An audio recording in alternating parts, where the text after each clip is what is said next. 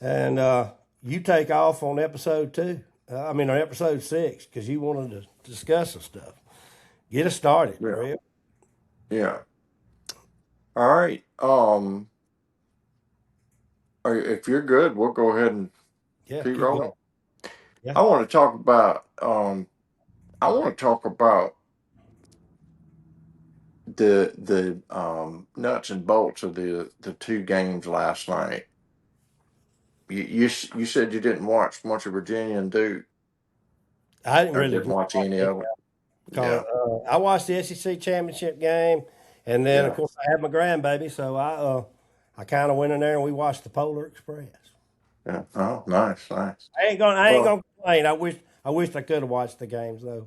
yeah. I did watch that game, and I watched the other game too, as much as I could. They were both going at the same time, so you know, try to make that work. But also later on, I want to get into a little bit about the just state of disarray of the USM football program, man. Huff left, going to Memphis, and shoot, we can go ahead and lead with that. At one time, they were 7-2, and he couldn't get 15,000 people in that stadium over there. There is no way they are operating in the. There's no way they're operating in the black, man. I mean, they don't get the TV deals that the big conferences get and all that. So I heard somebody say this weekend, somebody that's pretty connected, that they are financially in real trouble at USM. Well, me and you talked, was it last year or the year before? I said the only way I see them surviving as a football program is to go down Division 2. You mean one double A? Yeah, go down to Division 2 football, like kind of like where Ferris State was, where Trinidad Chambliss was, or in the FCS. Yeah. Uh, What would that mean for them? Like I honestly, like the overhead obviously has to be another world, but where do you see that? Like, where would that break come in at financially? If you go to, I don't know how that works. I mean, if somebody always, does know how that works and they're watching this, they probably think I'm an idiot, and that's fine. But moving down to a lower level, I guess I don't know. I don't know how that works. well, and honestly, I would see them being able to go down there and pretty much dominate as far as they're going to win ball games, and then that's going to get the people back in the stands again. Now, Will it? I don't know. And here's the deal, because you and I live pretty close to a lot of Southern Miss fans, and they want to beat Ole Miss. They want to beat State. They want to be playing Dude, these teams that they've traditionally played, and now they're going to be playing Ferris State. Or so that ain't going to excite them. yeah. Man, listen, Say, back well, in you when live we were there. young, You think they're in irons right now? I'm talking about just 100 bit. They cannot overcome the down pull of the anchor. They're gonna. I don't know. I don't know how they would do it. And listen, when we were kids, when we were growing up, coming up, teenagers, their program was. I mean, yeah, they were beating State, and they were beating Ole Miss. Now we were in bad shape, but still, they were competitive with us. But dude, let's be honest, they are so far away from Ole Miss and even State right now. It's not even comparable. their programs. And they couldn't hold on to Huff. They couldn't hold on to Huff. He made it 1 year. And I heard that he kind of liked it over there. He liked being over there, but man, he saw enough from a support Support. standpoint. I'm pretty sure the compensation's a hell of a lot better in Memphis than it is at State. Oh yeah. Well, see, they got them FedEx contract. Dude, they got something figured out up there. I mean, we see them lose coach after coach after coach. That's another thing. I remember when they were pretty much even keel with Southern Miss as far as a program. They had left USM in the dust. I remember saying And Conference and USA. they've gone through coach after coach after coach, and they continue to make the right hire. They continue to win. And Huff's gonna go up there and win. You watch.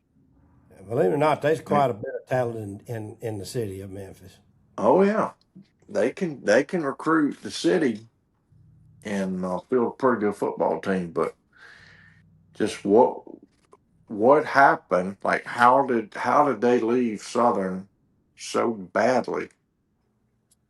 Well, Like, the way my daddy always told me, and I mean, Southern Miss was for years was a teacher's college, right?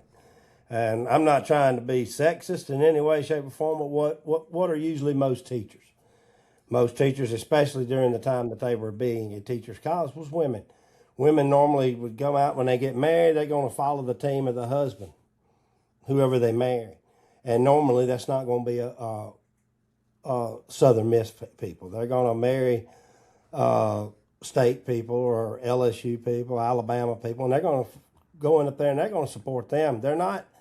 They never had the money, and it takes money to play this sport, and you know that at a collegiate, at a competitive level, you could take some money, especially it's even more now. We know that now in this day and age, that's what I'm saying. They might as well just either fold it up or drop down where they don't have to worry about NIL. They're gonna get everybody that cannot play in Division I, and they can put a decent football team on the field. I actually like that idea for them. Oh, I like the idea, and I feel like they can float it. But again, you got to pay a staff.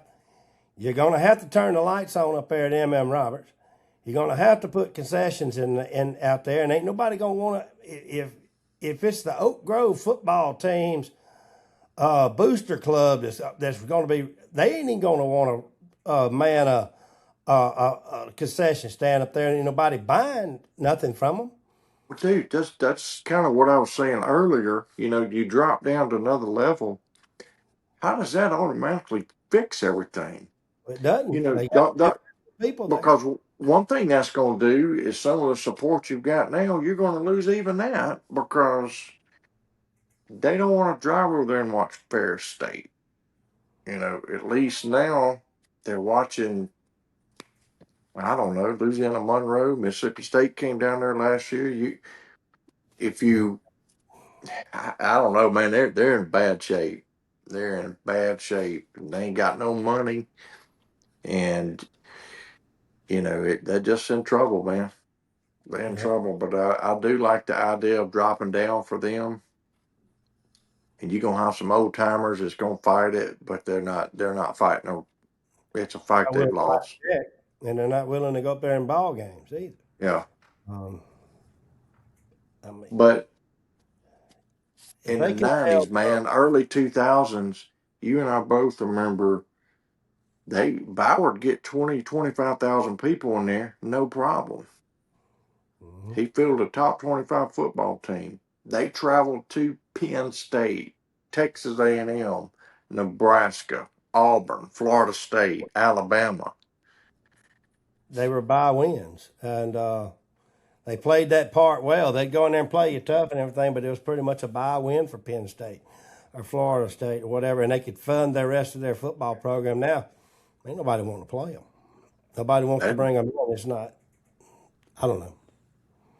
But one thing you know for certain, man, I hate it for the actual city of Hattiesburg and everything, but Ole Miss can't prop them up like we did back in the 60s, 70s, and 80s, and there was a reason. I mean, we've heard it. You've heard it all because we live too close to them. How we're scared to play them and this that, and that. I'm sorry. It's a money Please. situation. Yeah, They did I don't. get into a. They didn't never want to get into playing Oxford every year. They didn't want to play a 2-1. They wanted to be home and home. Well, and I believe it was. I believe Tuberville offered them like a 4-1, and they Yeah. turned. But I Have ain't got they no. ever? Have they played in Oxford in 40 years? I don't I know. mean, them games in the 70s and 80s was in Jackson, weren't they? Late 70s, early. I know the guy played in Oxford. What year did he go pro? Shoot, that'd have been early 80s, way early 80s. Daddy always talked to him. When I met Ray Guy at the Hattiesburg Elks Lodge, me and him talked. The one thing I talked to him about was that punt. My daddy said that's the longest punt he ever seen anybody hit. He said, 92 yards or something yeah, like that. and that was in Oxford, right? So obviously Ray Guy when he played at Southern, I don't know the years because I don't play up with him, but I knew. Yeah. Um, but yeah, Daddy said that ball hit the ground and just kept rolling. And Yeah. Well, I don't know. I mean, I know this is an Ole Miss broadcast, but we're still in Mississippi. We're close to a lot of those guys, and maybe if hell, I anybody watches, they might be interested in the topic. But I don't see any way out for them without doing something absolutely drastic. well, used to years ago when they were pulling a player every now and then, my deal was I'd love to have seen them went under, and then just left it with the two SEC programs in the state to recruit the state of Yeah, Mississippi. But now they ain't pulled a player we wanted in so long. It ain't man. Yeah, nothing. I mean, they if ain't he even on the don't radar, want man. Ole Miss or State right now, it's because he can't get into Ole Miss or State. Yeah, they're not on the radar as far as recruiting. And so, I mean, they are. They aren't hurt. I got some really good friends that are high up on high. They season ticket holders at all sports. They go up there for every one of them. Love to get them. I got to talk one of them into coming into the podcast one day as a guest. I mean, one of them's pretty daggum good. He's good as ball player. I mean, he knows his stuff. Yeah, And but we I could give I him would. some more insight to what happening up there on Hardy Street. I wonder what the temperature of the fan base is in terms of reclassifying. I mean, is that something that's even would be on the table? Any Hey, thought? You got any thoughts on that? the layman's. I've never talked about it with them, but the layman fan out there, I guarantee you, don't even know it's a A pop. thing? Yeah, You know, yeah, never give it any thought. Um, yeah, and that'd be something I'd ask one of them. yeah. And Oh but well, we the spent 10 minutes on them, so that's yeah, enough. Man, let's talk a little bit about Curt Cignetti. real deal, man, no doubt. Somebody forgot to tell him Ohio State's got Heisman winners in a big stadium, didn't they? Yeah, he didn't. Nobody tell Curt Cignetti that Ohio State's a blue blood. I saw today where just now this is factual. If you agree with the composites and all that, they are ranked 18th in the Big Ten from a talent standpoint from the Rivals 247 star ratings. It's wild, but he's coaching, and he made a commitment to recruiting high school He kids. he recruits different. I'm not saying he's got a money ball system like Billy whatever, the Hmm. baseball guy, Yeah, but my brother told me that there's an article out that talks about the way he recruits and what he looks for in a kid. He don't care about the stars and all that stuff, and that's easy to sit there and say, you know, NFL players are full of 5-star, but he ain't in the NFL. He's at Indiana, so he looks for something else. And there's a system he's got, and I read a little bit about it. I hadn't really done the research that I'm going to do later, but each position group has a certain set of qualifications that he looks for. And man, whatever he's doing is working, because Yeah. that university has lost more football games than other Power Four program. Yeah. He's got them a clear number one team in the nation, number one overall seed. Yep. And I It's kind of threw shade at the Penn State game the other day, the way they won that, with a last minute drive. But you know what? You got to have those type of wins. If you're gonna be a number one team, not everything's gonna bounce your way, and you're gonna have to win a game like that. And they made the play. at any level, you win a championship, you're gonna have those games. That's the Columbia High Wildcats. Yeah, you got to have the Skin ball of the bounce teeth. your way. One sooner or later, the ball had to bounce your way. Yep. Uh, And it comes back to that old thing. We've heard it all our lives in sports, but knowing how to win. It don't matter if it don't look sexy. Winners win.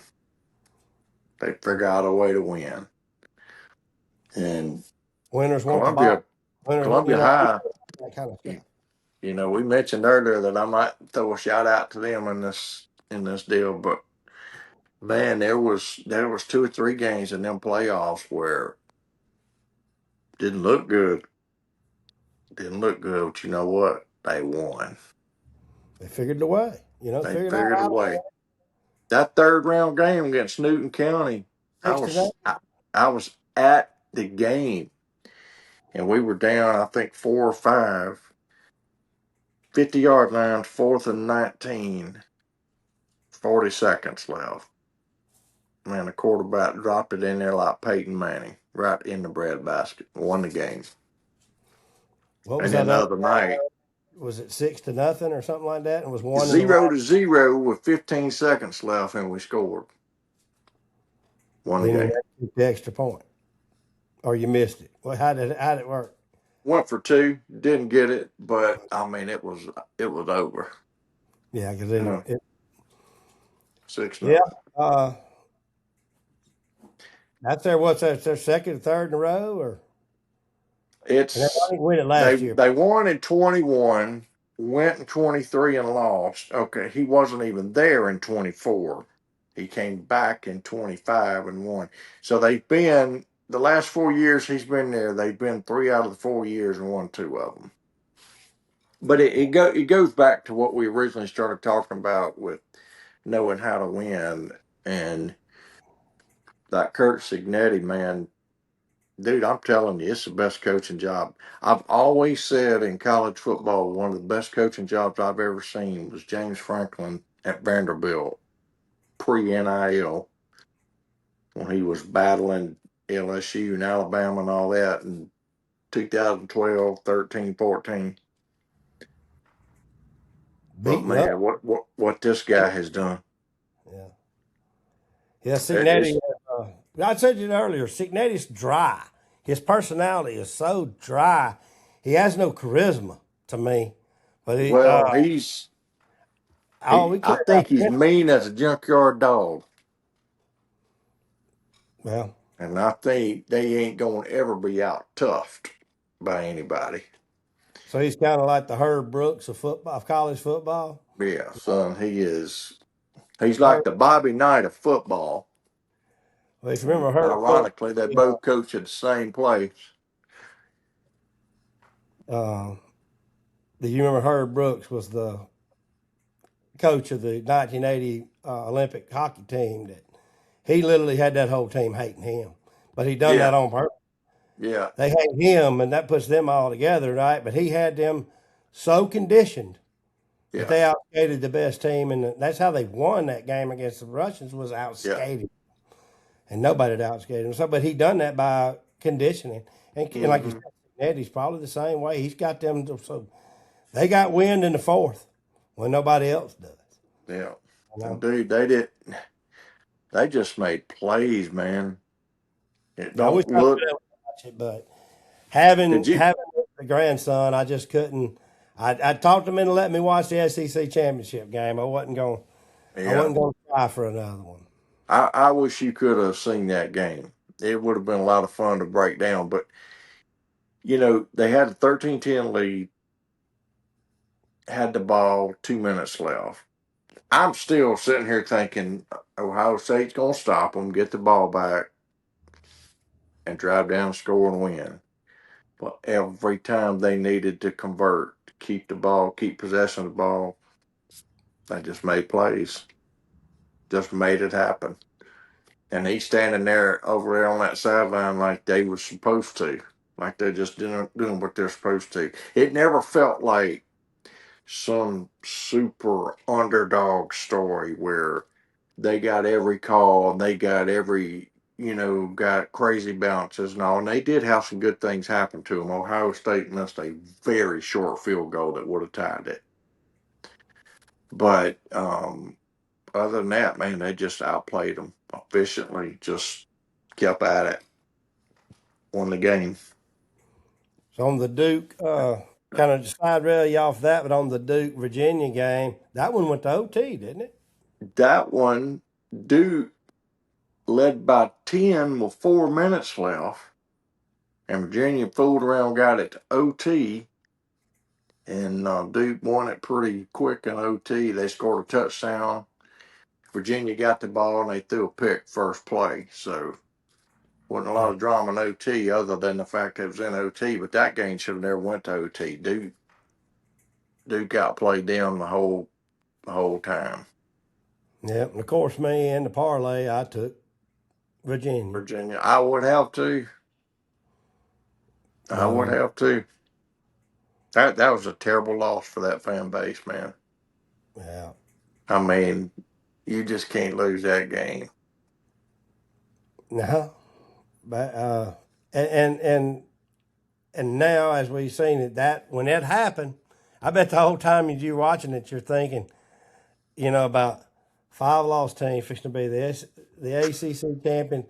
That bracket that we were looking at, I mean, how in the world does that work now? Yeah, I'm telling you, like, get back kind of what we did in the first half of this taping.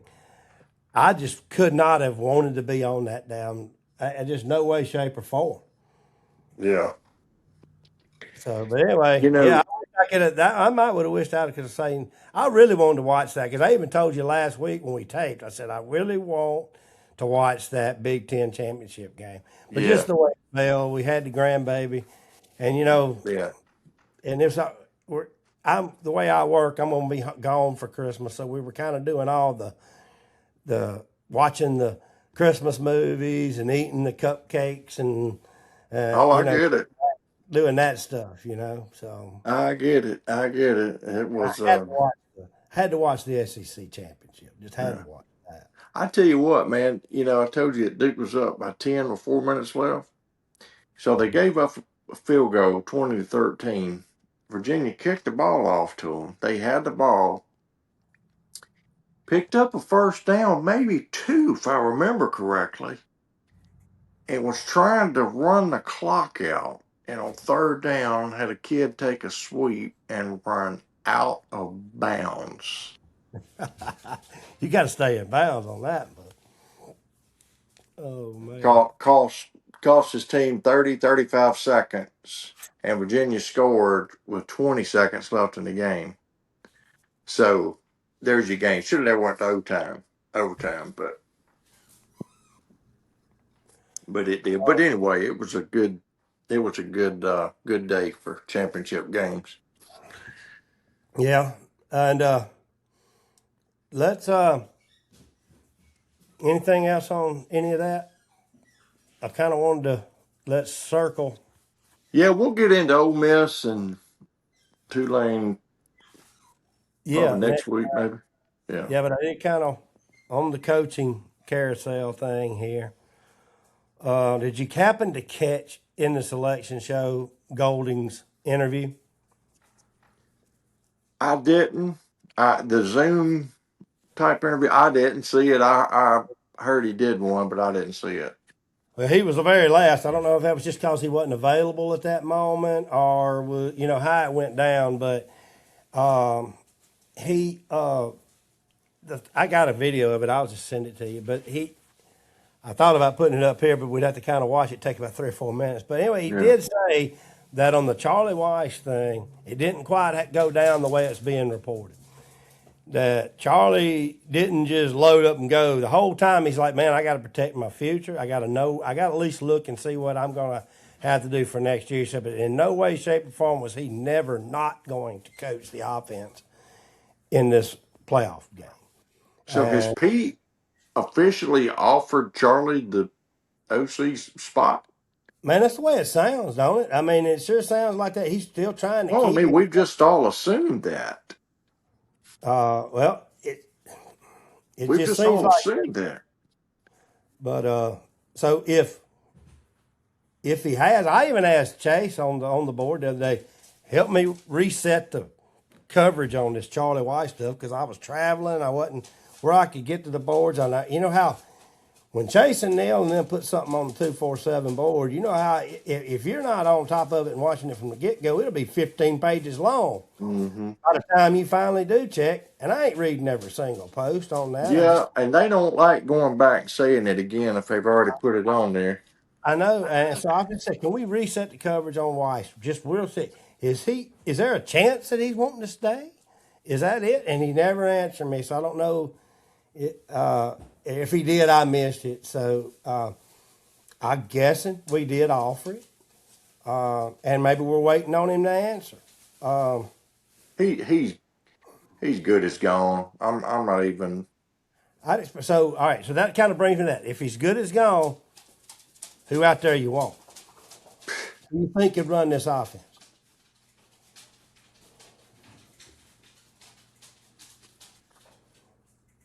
Let me just say this.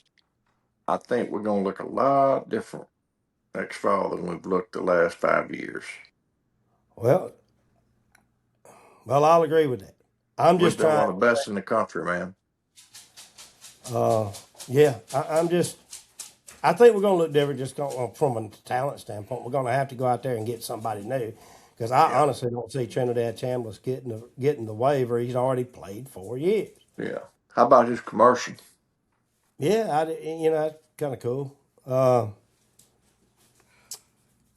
So I don't have an answer to your question right now. I mean, they've talked about John David Baker, but let me put it in a different form. Do you think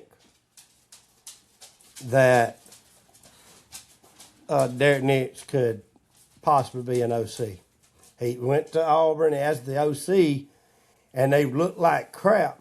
But the minute Hugh got fired, they actually started scoring points when he got to start calling some plays.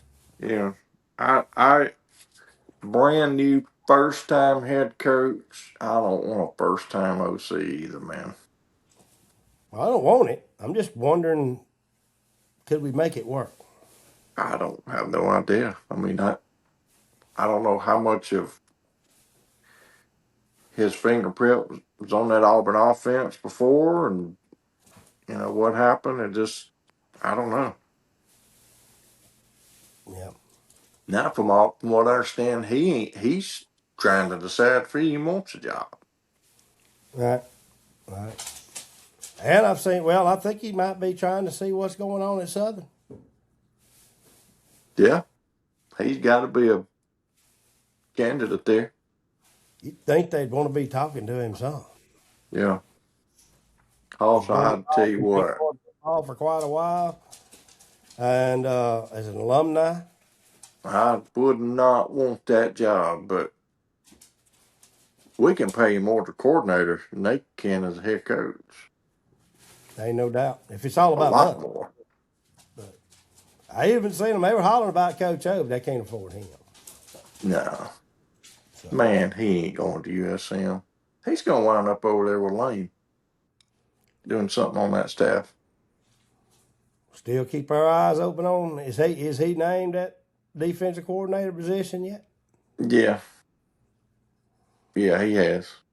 They're keeping that guy, Blake Baker. All right. What about our defensive coordinator?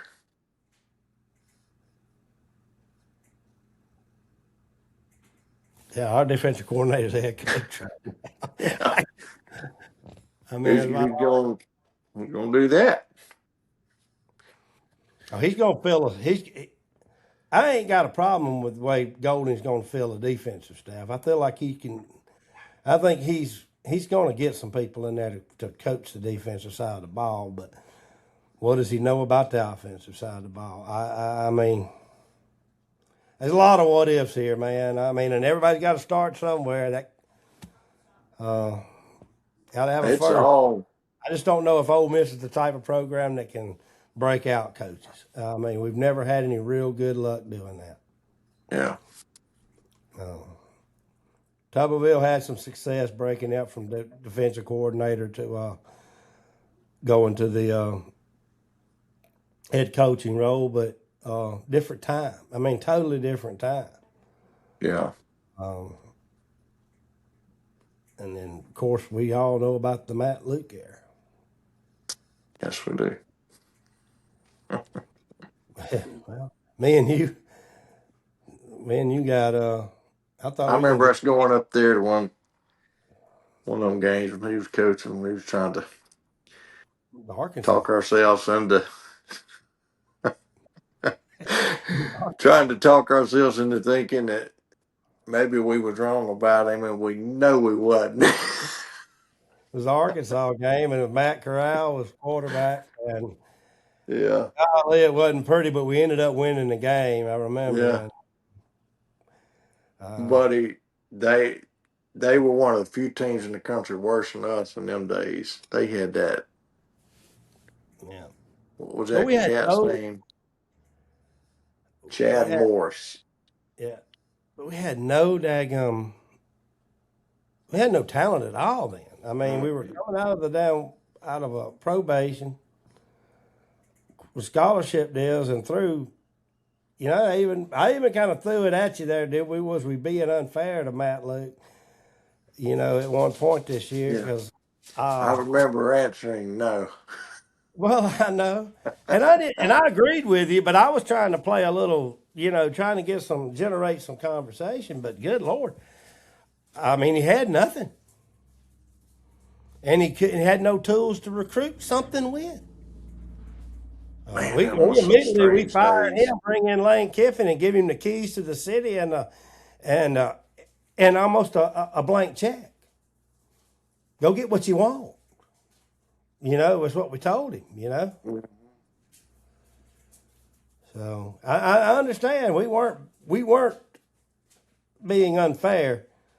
I mean, hell, me and you, neither one. We wanted him fired as OL coach. we watched Bo Wallace having to run for his life out there, and then again Chad Kelly having to run for his life. I mean, wasn't very good on the offensive line. Yeah.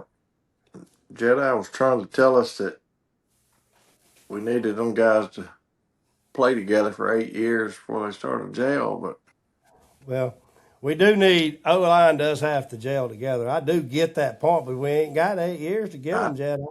totally get that concept. But we got less time now than we've ever had. Right. So, So, well, what do you think? We good? yep, I think so, man. Until next Get all the time. points you wanted to discuss? I did. All right. Well, I'll stop the recording and All right. then let's Zoom again here.